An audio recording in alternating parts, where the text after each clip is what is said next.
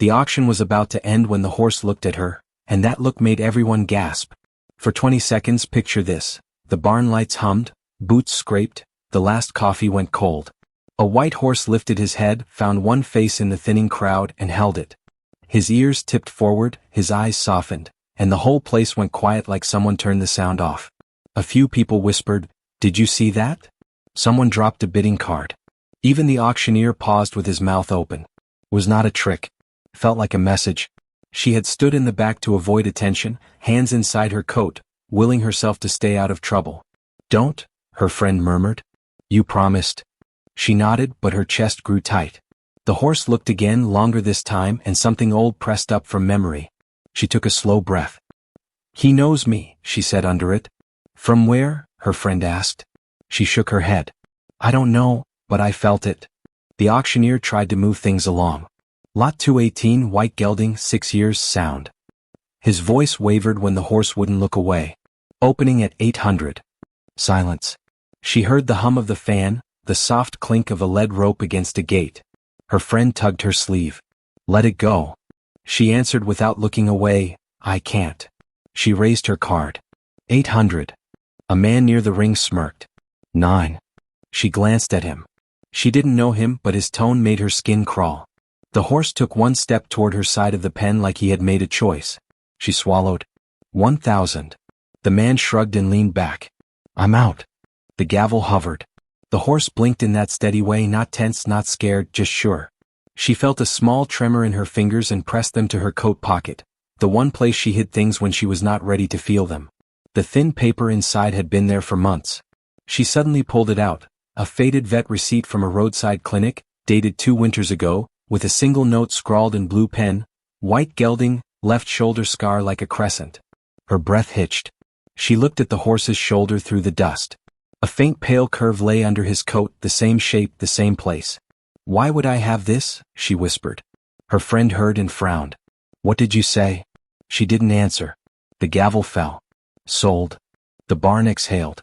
The white horse lowered his head and she felt it clear as day. The past had just found her. She walked down the narrow aisle of the auction barn, the smell of hay mixing with the sound of boots and murmurs fading behind her. The white horse stood in a small stall now, head lowered, but his eyes still carried that strange, knowing look. She stopped at the wooden gate, fingers resting on the cold latch. "You remember me, don't you?" she whispered, not sure why she said it. The horse blinked slowly, ears twitching toward her voice. Her friend caught up, arms crossed tight. "You're not serious about keeping him, right?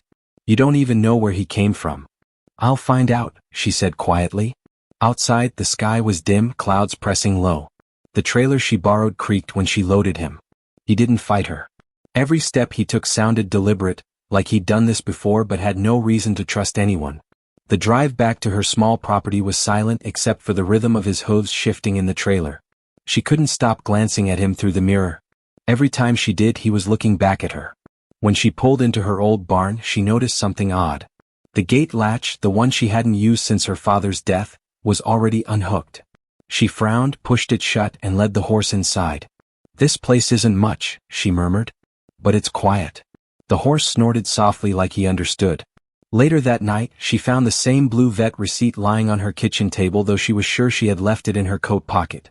She picked it up, heart pounding, and turned it over. This time, there was more handwriting in the same faded ink. "He belongs where it started." She stared at the words until her vision blurred. Her friend called from the living room, "You okay?" She forced her voice steady. "Yeah, just tired."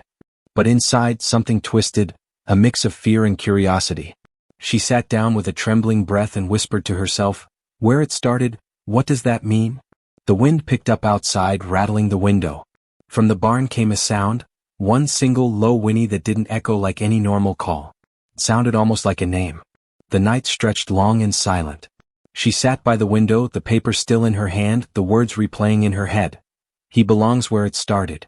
The lamp flickered once, then steadied. Outside, the barn was only a dark shape under the half-moon. Somewhere inside, the horse shifted, hooves brushing straw. She couldn't sleep. Her mind kept tracing back through faces and names, searching for any thread that could make sense of this. Her father had once worked at a farm in the northern hills, a place he never talked about. She remembered a photograph, him standing beside a white horse, but she had been too young to ask questions. Maybe that was where it started. The next morning she walked out with a cup of coffee, breath fogging in the cold. The horse stood calm but watchful, head lifted as if waiting. "You want to go somewhere, don't you?" she murmured. He stamped a hoof once and it almost looked like an answer. Her friend arrived later, still doubtful. "You didn't sleep, did you?" she asked. "You can't start chasing old stories again." "I just need to see the old farm," she replied, tightening her coat. "That place was sold years ago." "Maybe, but something's pulling me there." They drove past empty fields and half-broken fences until they reached the old property. The sign had faded, letters barely legible, Wilder Farm. The gate hung crooked. She parked and got out slowly. The horse trailer rattled when she opened it. He stepped out, ears turning like he recognized the smell of the soil. The barn stood in ruins, half-collapsed, yet familiar in some deep, unspoken way. She walked inside, brushing aside old cobwebs. Her boots crunched over the dirt.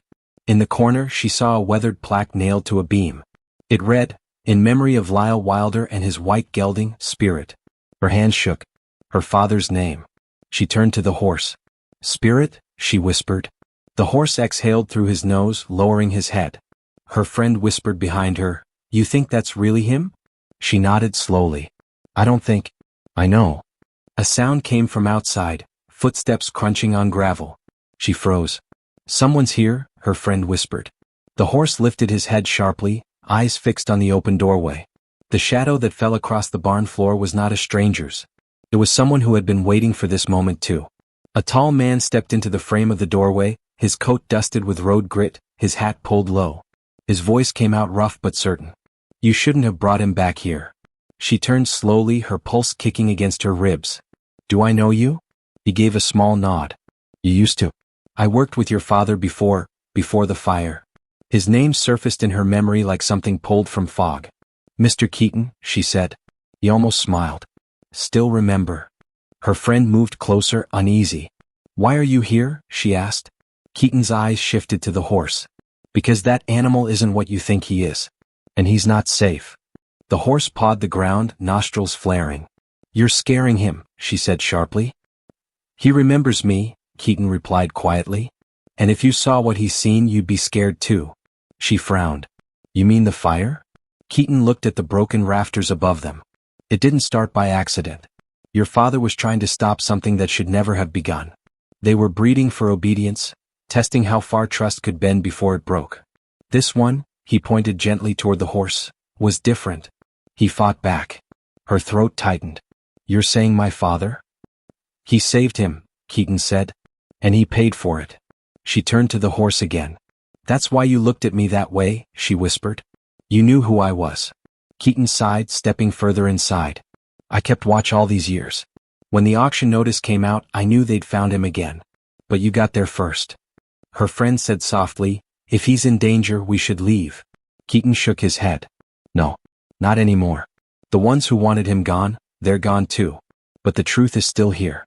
You just have to decide if you're ready to face it." She glanced around at the dusty barn, the burned beams, the empty rafters where swallows once nested. "Face what?" she asked. Keaton met her eyes. "Your father didn't die in that fire. He disappeared trying to protect the horse.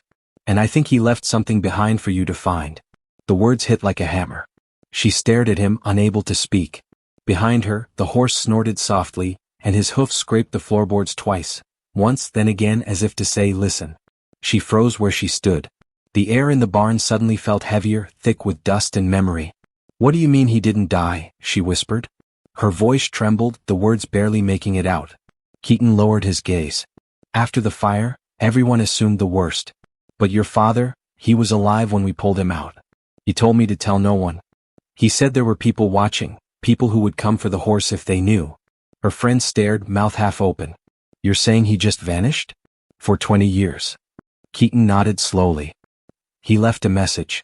Said his daughter would come one day, when the horse found her again." She looked at the white horse, heart pounding. The animal stood still, head tilted slightly, as if understanding every word. "Why didn't you ever tell me?" she asked.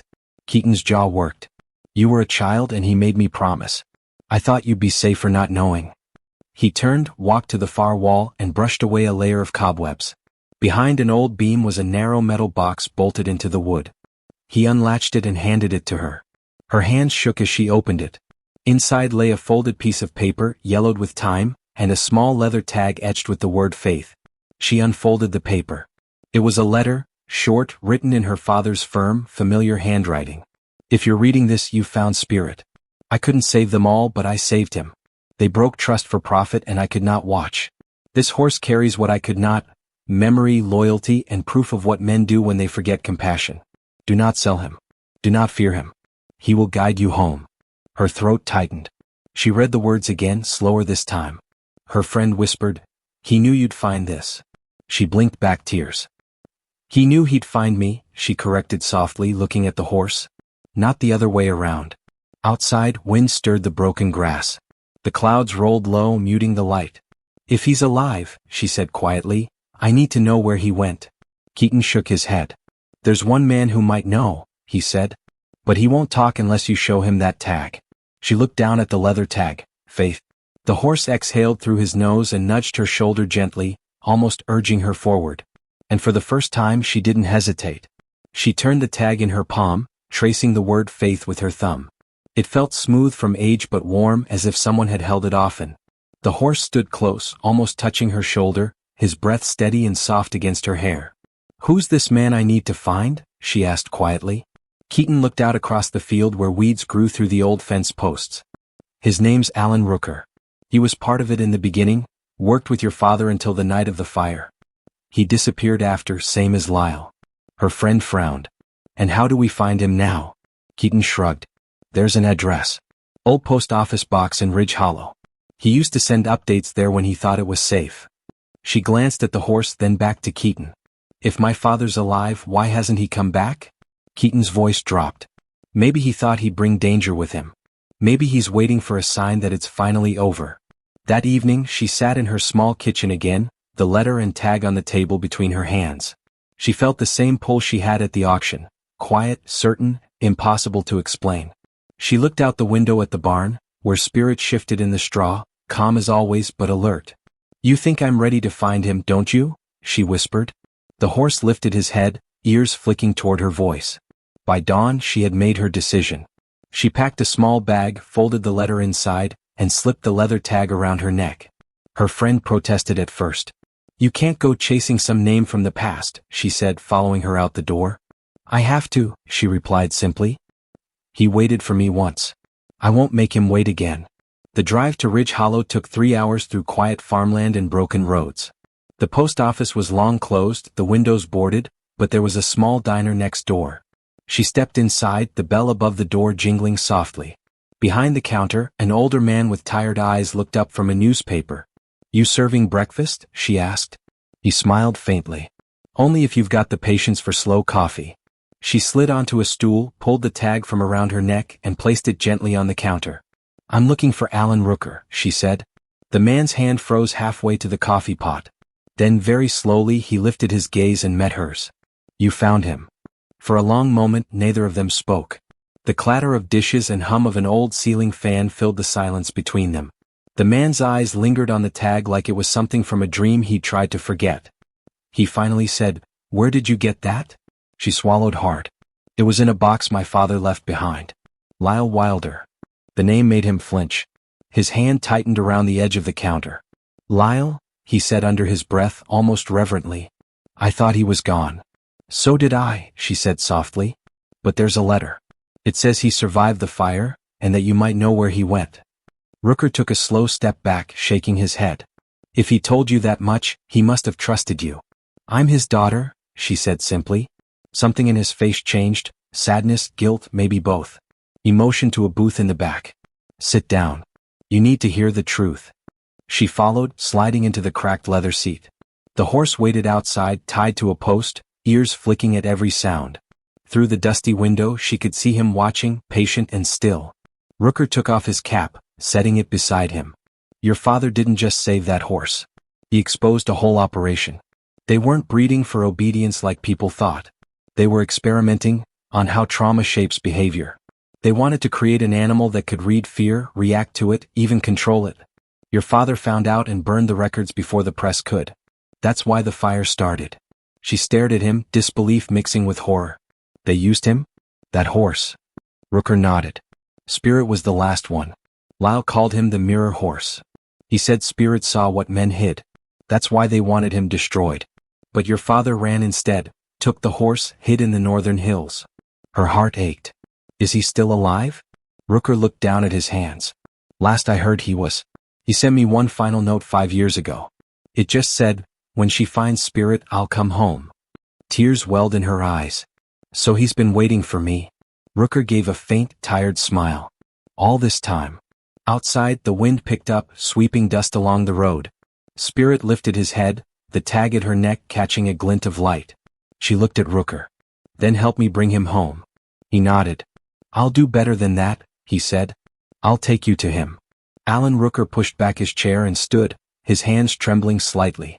You look so much like him, he said. Same eyes. Same way of holding back until you're sure you can trust someone. She swallowed hard, not sure what to say. Please, she whispered, take me to him. He nodded slowly. Finish your coffee. We'll go. They drove north on a winding road that followed the old river line, through mist and quiet valleys. The horse trailer followed behind, steady and sure. Every turn seemed to pull her deeper into memory. The sun broke through once, flashing across the tag on her chest. Rooker noticed. He named it Faith for a reason, he said. Said it's the one thing people lose fastest and the hardest thing to earn back. She held the tag tightly. He never stopped believing I'd come. Rooker gave a faint smile. He believed that horse would find you first. They reached a narrow dirt path that climbed into the trees. At the end stood a small cabin with smoke rising from the chimney. The sound of a river drifted softly nearby. Rooker cut the engine. He's inside, he said simply. Her hands wouldn't stop shaking. She stepped out, heart pounding in her throat. The door creaked when she knocked. For a moment there was no sound. Then came a voice, older, rougher, but achingly familiar. Who is it? She froze. It's me, it's your daughter. The door opened slowly. Her father stood there, thinner, hair grayer, but his eyes, they hadn't changed at all. He looked at her like she was a memory come to life. You found him, he said, voice breaking. She nodded, tears spilling. And you, she whispered. He stepped forward, pulled her into a trembling embrace. I'm sorry, he murmured. I wanted to come home but I couldn't risk it. They would have taken him again. Rooker stood back, eyes wet. It's over, Lyle. She ended it. Lyle looked at his daughter, pride and sorrow mingling in his face. You did what I couldn't, he said. You faced it. She glanced toward the trailer. Spirit stood quietly watching them. Her father followed her gaze and smiled through tears. He always knew when the time was right. For the first time in years the air felt light again, like the past had finally stopped chasing them. She walked with her father toward the river behind the cabin. The air smelled of pine and water, the kind of quiet that only comes after years of waiting. Spirit followed behind, slow and graceful, his white coat glowing under the fading sun. Lyle stopped near a patch of grass and ran his hand over the horse's neck, voice trembling. I never thought I'd see him again, he said. He kept me alive when nothing else did. She stood beside him, trying to take in the moment. All this time, she whispered, you stayed hidden because of him. Lyle nodded. They wanted to prove that fear could shape loyalty. But Spirit, he proved them wrong. He never obeyed cruelty. That's why they called him a failure. I called him hope. Tears blurred her eyes. You saved him. And he saved me. He smiled faintly. You have your mother's heart. She would have loved to see this day. For a while they said nothing. The river murmured, and the horse grazed near the water's edge. Then her father turned serious. There's something else you should know, he said. Before I vanished, I buried the files from that experiment. I thought destroying them would end it, but someone's been looking again. Her chest tightened. Who? Rooker said he heard whispers, people asking about the horse's bloodline. They think what we hid still exists. She shook her head firmly. No. It ends here. They spent the evening burning old boxes filled with papers her father had kept for proof. The flames climbed high, the heat washing over their faces. Spirit stood nearby, calm, almost peaceful. When the last of the ashes turned to gray, her father placed his hand on her shoulder. It's done, he said quietly. He's free now. So are we. That night, she lay awake on the porch, watching stars fill the sky. Spirit moved in the pasture, a pale shadow under the moonlight. For the first time in her life, she felt the kind of silence that meant peace, not loneliness. Her father stepped out with 2 mugs of tea. "You know," he said softly, sitting beside her, "some bonds are born from pain but grow into something unbreakable. He found you because you were ready to forgive." She looked at the horse, tears slipping down her cheeks. Maybe he wanted to remind us that even after fire, something pure can still live. And in that stillness, the wind carried only calm. The past had finally laid itself to rest. They stayed at the cabin for a week. Every morning she woke to the sound of Spirit grazing outside and her father humming softly by the fire. It was the kind of peace neither of them had known for years. Sometimes he'd tell her small pieces of what happened, how he'd hidden in the mountains, how he'd watched the world move on while he stayed still. She listened without judgment, learning that silence can be its own kind of forgiveness. One morning, Rooker came by with supplies and a folded newspaper. He laid it on the table. "They printed your story," he said. The headline read, "The Horse That Remembered, A Family's Truth Rises from Ashes." She blinked, overwhelmed. Her father read the article quietly and smiled. "Maybe now they'll finally understand why I disappeared," he said. Spirit stood outside in the sunlight, head high and eyes soft. She stepped out and walked toward him. The wind played gently through his mane, and when she rested her forehead against his, everything felt still. "We're home now," she whispered. The horse let out a calm breath that brushed her cheek. That night she and her father built a small wooden sign and placed it at the edge of the field. "Spirit's Haven, for all who carry scars but still walk with grace." Soon people began to visit.